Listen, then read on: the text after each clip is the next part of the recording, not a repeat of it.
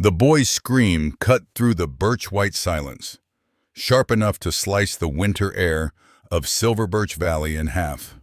Lydia Cheswick froze mid-step, her breath burning in her throat as the sound echoed again, thin, panicked, breaking.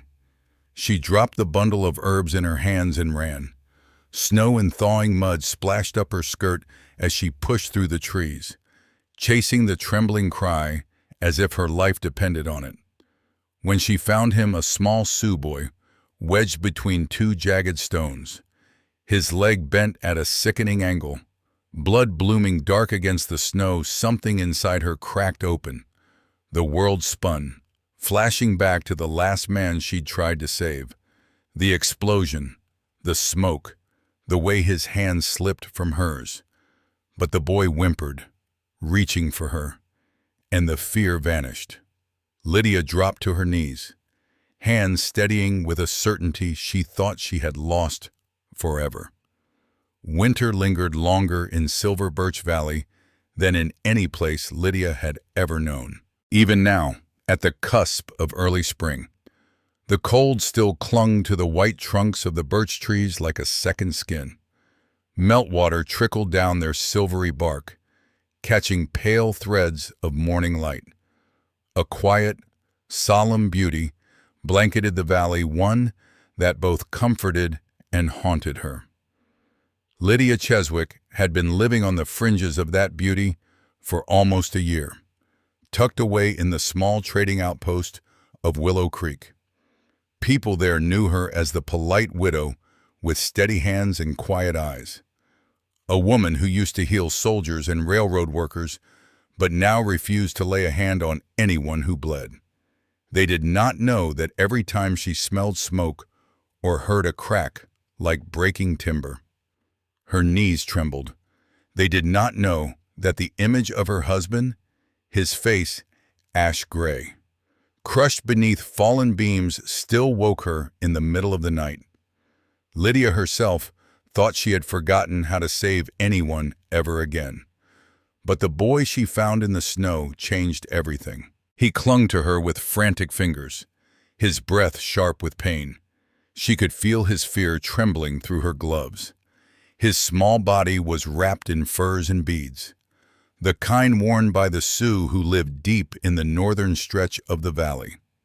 She had glimpsed them only from afar, tall warriors on horseback, feathers shifting in the wind, faces unreadable as carved stone. The boy's leg was badly broken. Lydia forced her lungs to slow, to steady, as she splinted the limb with straight branches and the torn cloth from her own shawl. She felt her hands move with the practiced precision of the healer she once was. Something long dormant stirred in her chest, a sense of purpose, sharp and painful, like thawing after a long freeze. She whispered soothing words, and though he didn't understand English, the tone eased him. He relaxed against her chest, eyelids fluttering. His dark hair smelled faintly of pine smoke. Lydia lifted him carefully, bracing his weight against her shoulder. He was heavier than she expected, but she didn't stop. She couldn't. Somewhere beyond the birch trees, she heard horses. At first, she thought it was Samuel Cutter, the trader, who often traveled between Willow Creek and the Sioux settlements. But the rhythm was different, faster, urgent. A moment later, the riders burst into the clearing. 3 Sioux warriors, their horses snorting clouds of steam, circled her like shadows. At their center was a man who made the world seem smaller simply by looking at it.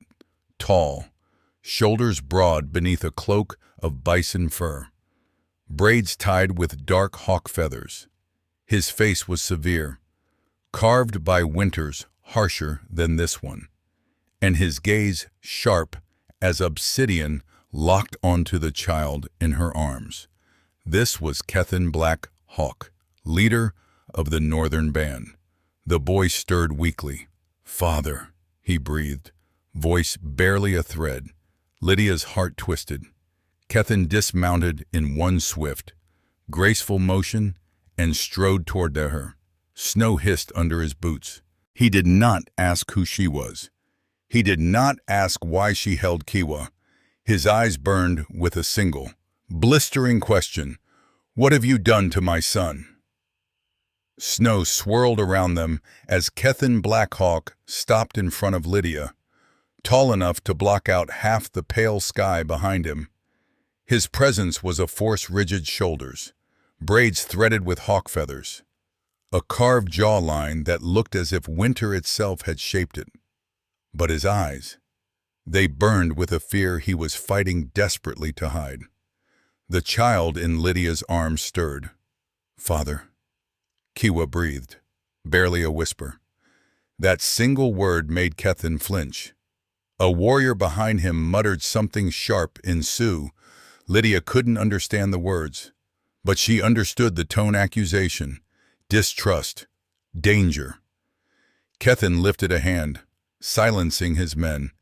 His eyes locked onto Lydia's, dark as riverstone, reflecting a storm inside him that had nothing to do with the weather. "Put him down." It wasn't a shout. It was worse, quiet, controlled, but filled with a kind of tension that made Lydia's pulse pound in her ears. She held Kiwa tighter. "He's hurt," she answered, breath visible in thin bursts of white. He fell between the rocks. His leg was twisted under him. "I needed to," I said. "Put him down." This time the words cut deeper, like something sharp sliding across her skin. The men tensed, hands tightening around spears and bows. Lydia felt the danger surrounding her like closing jaws. But Kiwa whimpered, his fingers curling around the fabric of her coat. The little boy's terror washed through her chest with a force that knocked aside her own fear. She swallowed. If I hadn't splinted his leg, he might have. She stopped when Kethan stepped closer. His shadow swallowed hers. Lydia had seen hard men before: soldiers, foremen, railroad enforcers, but none like him. This man carried not only authority, but the exhaustion of carrying an entire people's survival on his back. His gaze flickered briefly to Kiwa's pallid face, then to the blood matted on the boy's trouser leg. Lydia saw something crack in his expression. Pain, guilt, panic, the look of a father who had already lost one person he loved. "Give him to me," Kethan said, voice rougher now, not with anger, but with a fear he couldn't swallow. Slowly, carefully, Lydia stepped forward. She lifted Kiwa higher into Kethan's arms. The boy whimpered as the shift in weight jolted his leg, and Kethan's breath hitched in a sound that might have broken Lydia if she weren't holding herself together by a thread. Kethan held Kiwa close, his movements instinctively gentle despite the furious tension in his muscles.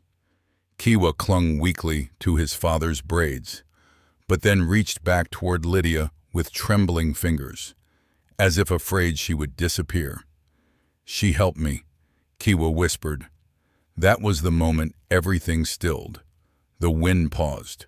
Snow hung suspended in the air. Even the warrior's glares faltered. Kethan stared at Lydia as if seeing her for the first time, not as a threat, not as a stranger, not as a woman of the world he distrusted, but as the person who had heard his son's cries when he could not.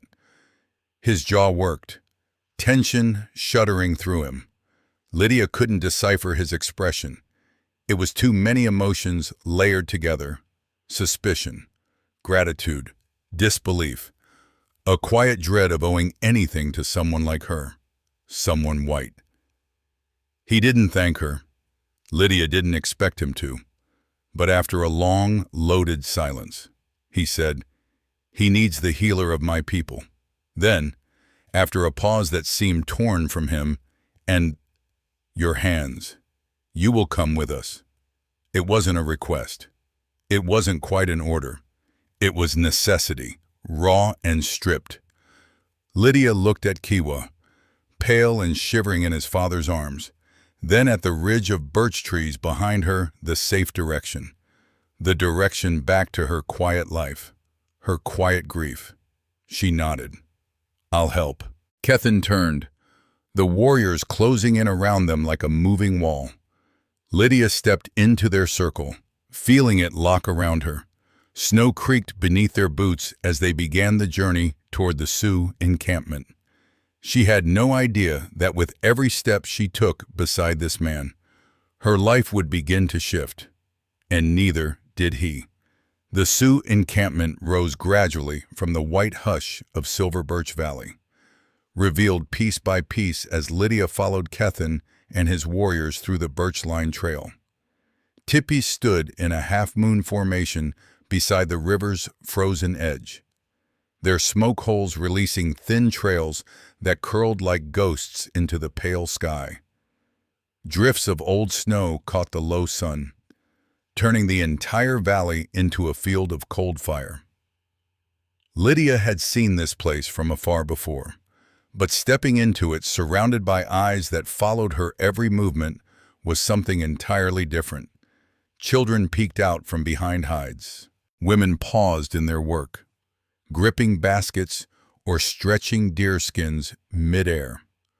Warriors stiffened, weapons angled subtly, not raised, but ready. No one said a word. The only sound was the uneven breath of Kiwa in Kethan's arms. Kethan took long strides toward a tipi set apart from the others. Lydia followed close behind, her boots crunching softly in the thawing snow. She tried to ignore the prickle of fear climbing her spine. She had tended wounded men under cannon fire, had faced the screams of dying soldiers in railroad skirmishes. But this silence, this scrutiny, this was different. Inside the tipi, the heat from the fire washed over her in waves. Herbs hung from the wooden poles overhead, drying in bunches that perfumed the air, on a pallet near the flames. Sally Moonbranch knelt. The elder woman's hair was long and silver, her woven mantle heavy with beads carved in crescent shapes. Like slivers of moonlight, her eyes narrowed the instant they landed on Lydia. Kethan lowered Kiwa onto pelts near the fire. The boy whimpered, but clung to his father's hand. "He fell," Kethan said, voice low. "His leg is broken." Sally moved with swift, practiced motions. She didn't ask questions. She didn't acknowledge Lydia. She inspected the splint Lydia had fashioned from branches and cloth. Her expression tightened. "This is not our way," Sally murmured in Sioux. Kethan's jaw flexed. Lydia couldn't understand the words, but she felt the disapproval as clearly as a hand against her chest. She should step back. She should let them handle this. But Kiwa's small fingers found her coat sleeve again. He was shaking, and that was enough. Lydia crouched beside him, keeping her movements calm, gentle. "You're safe," she whispered. Sally's head snapped toward her, eyes sharp as flint. The elder muttered something that sounded like a dismissal, a boundary drawn in the dirt. But Kethan didn't echo her. "Instead," he said, her hands kept him alive long enough to bring him home, for a heartbeat. All three adults fell silent. The admission had cost him something. Lydia felt that in her bones. Sally returned to her work. She crushed dried roots and placed leaves into simmering water, chanting under her breath. Lydia watched closely, not as an intruder, but as someone who respected tradition. She could see the care in the elders' movements, the confidence of someone who had saved lives long before Lydia was born. Still, Kiwa's breathing worried her. His color wasn't right. "May I?" Lydia asked softly. Kethan looked at Sally. The elder hesitated, then gave the smallest of nods, permission or challenge. Lydia wasn't sure. Lydia leaned forward and placed 2 fingers beneath Kiwa's jaw, counting the beats. His pulse was fast, too fast. She checked his leg again, noting the swelling, the warmth radiating from the injury. "He needs to keep warm," she murmured, more to herself than anyone, "but not too close to the fire. And he needs water. He might be getting feverish." Sally's disapproving breath was loud. "The spirits will guide him," she snapped in accented English. Surprising Lydia. Kethan's eyes flicked between them, but he didn't intervene. He was listening to both women, weighing them. Hours passed. Kiwa drifted in and out of sleep, his small hand always reaching for someone, sometimes Kethan, sometimes Lydia. When his fingers found hers, they clung, trusting. Lydia stroked his hair, humming lightly, the tune an old army lullaby she hadn't let herself sing in years. Outside, darkness fell, snow began again, whispering against the tippy walls. Kethan sat across from Lydia, legs folded, arms resting on his knees. His gaze never left his son. Shadows from the fire carved the lines of grief and responsibility into his features. "He is restless," Kethan said quietly. "Yes," Lydia answered. "Pain does that, and fever." Kethan's eyes lifted to hers. "You have seen this before, more times than I can count." She didn't tell him how many of those times ended with her holding a hand that grew colder by the minute. Silence stretched again. But this time it wasn't hostile.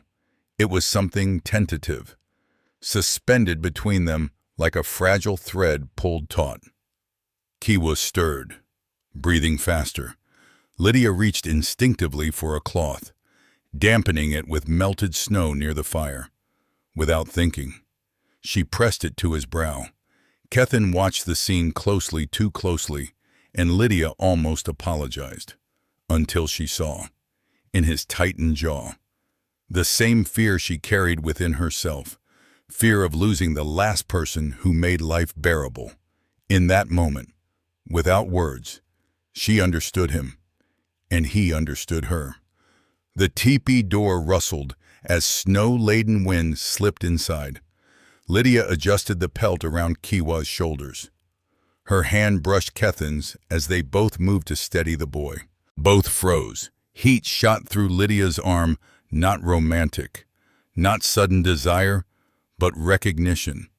A shared ache, a shared duty, a shared instinct to protect this child between them. Kethan did not pull his hand back. Neither did she. Outside, the storm grew heavier, but inside the small tipi, something quieter began to thaw, something that neither of them yet had a name for. For 3 more days, winter tightened its grip over Silver Birch Valley. The storm howled through the birch trees at night, rattling the tipi walls like restless spirits. Kiwa improved at first, his breathing steadied. His color warmed, but by the 5th day, the boy began to slip backward. His fever returned with a vengeance, hotter and more urgent than before. Kethan barely slept. He kept vigil beside his son, shoulders rigid, jaw clenched hard enough to splinter bone. Lydia watched him from across the fire, where she knelt grinding herbs Sally had allowed her to prepare. She could feel the storm inside him as clearly as she felt the cold seeping through the tipi's seams. The man had already lost one family. Fate would not dare try to take another, but fever did not fear any man, not even a chief. By dusk, Kiwa's small body trembled with chills, breath coming in shallow bursts. Lydia placed a hand against his forehead. The heat jolted her like a physical blow. He was burning alive. Sally stepped forward, beads clinking softly. "The spirits test him," she said. "They will not take a child whose father stands strong." Lydia bit down her instinct to argue. She respected the elder. She respected her healing craft, but she also knew what fever looked like when infection was taking root beneath the skin. She'd seen soldiers hallucinate, convulse, and die while medicine men whispered blessings over them. She had held hands gone stiff and cold. And she had held her husband when he gasped his last, choking on dust and smoke, while she knelt helpless beside him. Not again. Not this boy. Not this family. I need warm water, she murmured, already reaching for the kettle. Sally's eyes narrowed. You will not do this. Lydia froze. If we don't cool him down, you bring the ways of the white man into our lodge. Sally snapped. Boiling, mixing, touching without song. You do not wait for the spirits to answer. You do not let them guide you. Sally, Kethan warned quietly. But the elder stepped closer, her voice rising. You think your hands are wiser than our ancestors. Your people brought sickness into these lands, and now you bring your sickness into our healing, breaking the balance of our ways. Lydia's breath stilled, not because of the words, but because of their weight, their truth. The accusation sank into a place she had walled off for years, a place shaped like twisted railroad beams, a place filled with smoke, a place where a man she loved died under her hands, hands that were supposed to save him. Her fingers trembled. I'm trying to help him, she whispered. Our healer lost a son last winter, Sally said, eyes shining with something deeper than anger. You will not make her lose another. Lydia's throat tightened, her vision blurred. I would never hurt him. But Sally wasn't listening anymore. She moved to Kiwa, chanting as she sprinkled powdered root into the flames. Sparks leapt upward in tiny green bursts. Kiwa whimpered and curled tighter, his skin burning under Lydia's palm. She knew exactly what she was seeing: systemic fever, dehydration, infection creeping from the fracture wound. If she did nothing, Kiwa could slip away in hours. Kethan looked between the two women, between tradition and survival, between bloodline and stranger, between the world he was born into and the world that stood before him now. But he did not speak. And Lydia realized, with a painful clarity, that the choice was hers to make alone. She reached for the kettle again. Sally's cry was sharp, do not touch. But Lydia did. She dipped a cloth into the warm water, wrung it out, and pressed it gently to Kiwa's wrists, then his neck, then his fevered brow. She murmured calming words, the same tones she used for dying soldiers, for frightened boys on battlefields, for her husband as he faded. Kiwa's breathing eased just barely, but enough to make Lydia's lungs finally move again. And then the tipi flap rustled. Women of the camp stood outside, drawn by Sally's raised voice in the shifting light within. Their eyes widened at the scene: Lydia using buckles of her own coat to create a tighter splint. Lydia dripping warm water carefully along the boy's temples. Lydia checking his pulse with the urgency of someone who knew how fragile life truly was. To them, it looked like foreign magic. The white woman replaces our ways, someone whispered.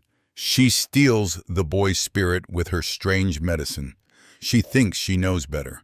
Sally's voice quivered, not with fury, but with grief sharp as ice. You do not belong here. It felt like the room shattered, like the past roar of the railroad explosion slammed into her chest again, like all her failures came alive at once. Lydia's hands slowly fell to her lap. Kiwa whimpered, confused by the sudden emptiness of her touch. Kethan reached for his son, but not for her, and that broke her in a way nothing else had. She rose quietly, gathered her bundle of herbs, lifted her coat from the ground with shaking fingers. No one stopped her. No one said her name. Even Kethan's silence felt like a blade.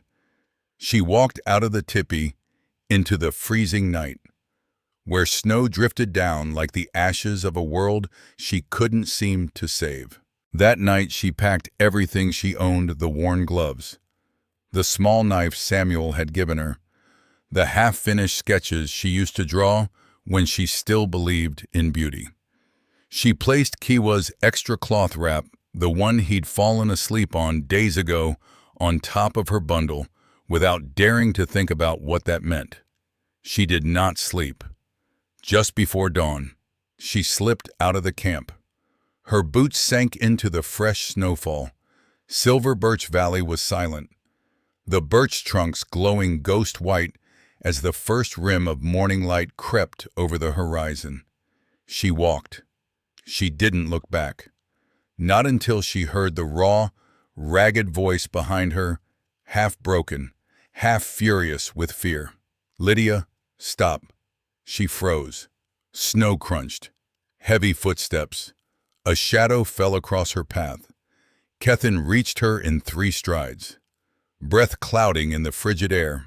His hair was loose. His expression devastated, stripped bare of the stoic mask he carried like armor. "You cannot leave," he whispered, voice hoarse. "Not like this." She turned, fighting tears. "I don't want to be the reason your people turn against you. You are not. But Sali fears losing the old ways," he said. I fear losing much more." His chest rose and fell. His hands trembled by his sides. Then, in a voice unsteady for the first time since she met him, "If you go, I will lose the second person I've ever loved." The world stopped. The cold vanished. The valley held its breath. Lydia found her knees weakening. Kethan stepped closer, gently pressing his forehead to hers, a gesture both intimate and ancient. "Stay," he murmured. "For him, for me, for yourself." A sob broke in her throat, and for the first time since her husband died, Lydia let herself lean into someone instead of holding the world alone. Dawn spilled over the valley, brushing the birch trees in silver, and Kethan Black Hawk wrapped his arms around Lydia Cheswick like a man finally brave enough to hold on to his future instead of his grief. The sun rose slowly over Silver Birch Valley, pale gold spilling between the trunks of the birch trees like a quiet blessing. Lydia felt its warmth on her face as she leaned into Kethan, breathing the sharp winter air, each inhale shakier than the last, each exhale carrying away a fragment of the dread that had been strangling her since the moment Sali's words struck her heart. Kethan's arms held her with a careful strength, as though he still feared she might vanish if he loosened his grip. When she finally stepped back, he followed the movement with his eyes, their darkness gentled by something she didn't dare name yet. "You said you loved only 2 people," Lydia whispered. Kethan's jaw tightened. "My wife," he said softly, "and now you." It was not a confession of romance, not yet. It was something deeper, born from shared fear, shared loss, and the fragile bond formed beside a child's sickbed. Lydia understood that kind of love. It was the kind that rooted itself not in passion, but in need to protect, need to trust, need to believe in a future again. "I'm not trying to replace her," Lydia said. "I know." His voice was quiet, almost reverent. "No one could. But the heart, it does not keep only one memory." He placed a hand against his chest. "It grows if we let it." Her eyes stung. "Kiwa needs you," he added.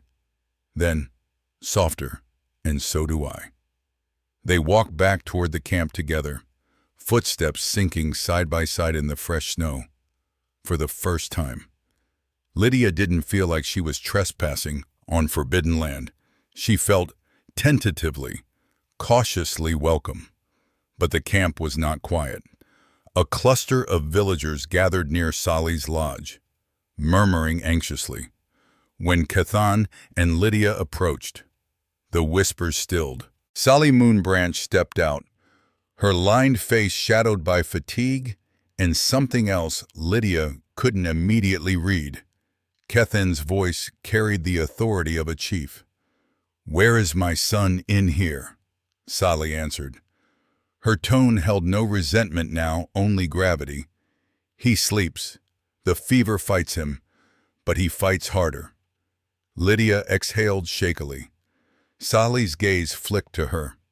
The older woman approached, her steps deliberate. When she stopped before Lydia, the entire camp seemed to hold its breath. "I feared your ways," Sally said, her voice low.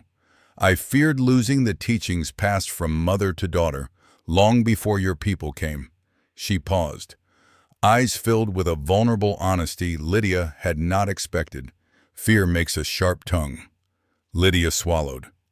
"I never meant to dishonor you." Sally shook her head. "You honored our children. You honored our chief. You acted from the spirit of protection. That is a good spirit." Her voice softened. "Forgive my harshness." Emotion tightened Lydia's throat.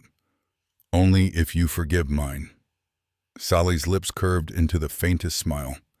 Then she placed a bundle of dried herbs, moonroot, frostleaf, and prairie willow into Lydia's hands. "For Kiwa," she said, "use them as your hands know how." The gesture was not small. It was acceptance, a bridge forming where a wall had stood. Kethan placed a steady hand on Lydia's back. "Come," he murmured. "Kiwa will wake soon." Inside the lodge, Kiwa lay under a pile of warm pelts, cheeks still flushed, but breath steadier. Lydia knelt beside him, laying the elder's herbs in warm water and mixing them with her own remedy. Kethan watched her from across the fire, his expression torn open, hope and fear woven together. When Lydia pressed a cool cloth to Kiwa's brow, the boy sighed in relief. His eyelids fluttered. Liddy," he whispered, mispronouncing her name. Lydia nearly broke. She leaned closer. "I'm here." Kiwa's small hands searched for her and found it. His fingers curled weakly around hers. Kethan's eyes softened, the hardness he wore like armor melting into something almost unbearably tender. "You returned to him," he said. "I couldn't walk away." Kethan kneeled beside them, one hand resting lightly over both of theirs. "Then stay," he said, not as an order, not even as a plea, but as a truth spoken aloud at last. "Stay with us." Lydia inhaled a trembling breath.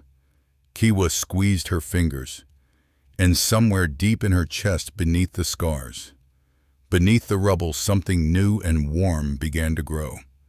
Spring did not come suddenly to Silver Birch Valley.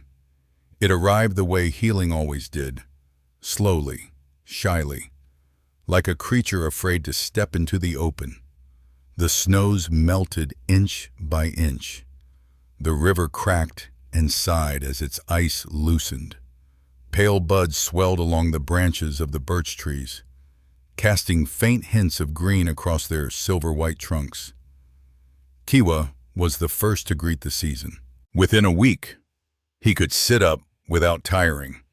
By the next, he was hobbling around on a sturdier splint Kethan had carved himself. And by early spring, he was chasing the camp dogs with the same wild energy that had gotten him stuck in the rocks in the first place, though this time. Lydia made him wear a thick wrap and never strayed far behind. The camp changed too. Where once villagers watched Lydia from a distance, now women offered her fresh hides, warm bread, or tiny hand-beaded gifts. Children brought her trinkets and asked for stories. Warriors greeted her with respectful nods. Sally began teaching her the meanings of herbs, the songs whispered to the roots before they were gathered, the prayers spoken over the sick. And Lydia, slowly, carefully taught Sally how to cleanse a wound with boiled water, how fever rose and fell in cycles, how to feel a child's pulse beneath the jaw. Their two worlds, once clashing like flint and steel, had learned to spark warmth instead of fire. Kethan watched all of this from the center of his people, but his gaze always ended on Lydia, when she laughed at something Kiwa said, when she brushed a lock of hair from the boy's face, when she lifted her eyes and met his across the firelight. There was a steadiness there, a wordless promise of the life they were already building. One evening, as the valley glowed in the soft light of a fading sun, Lydia stood beneath a birch tree whose first spring leaves trembled like silver coins. Kethan approached quietly, the way he always moved, certain, grounded, present. He reached her side. "You have brought new breath into this valley," he said. Lydia smiled, fingers brushing the budding bark. "It feels like it brought new breath into me too." Kethan's hand found hers, strong and warm. "And now," he said, looking at her with the calm certainty of a man who had finally chosen his future, "we walk forward together." Kiwa barreled into them both a heartbeat later, wrapping his arms around their legs and laughing into the twilight. The birch tree above them shivered in the evening breeze, scattering soft petals of silver light over their shoulders as if blessing the family they had become.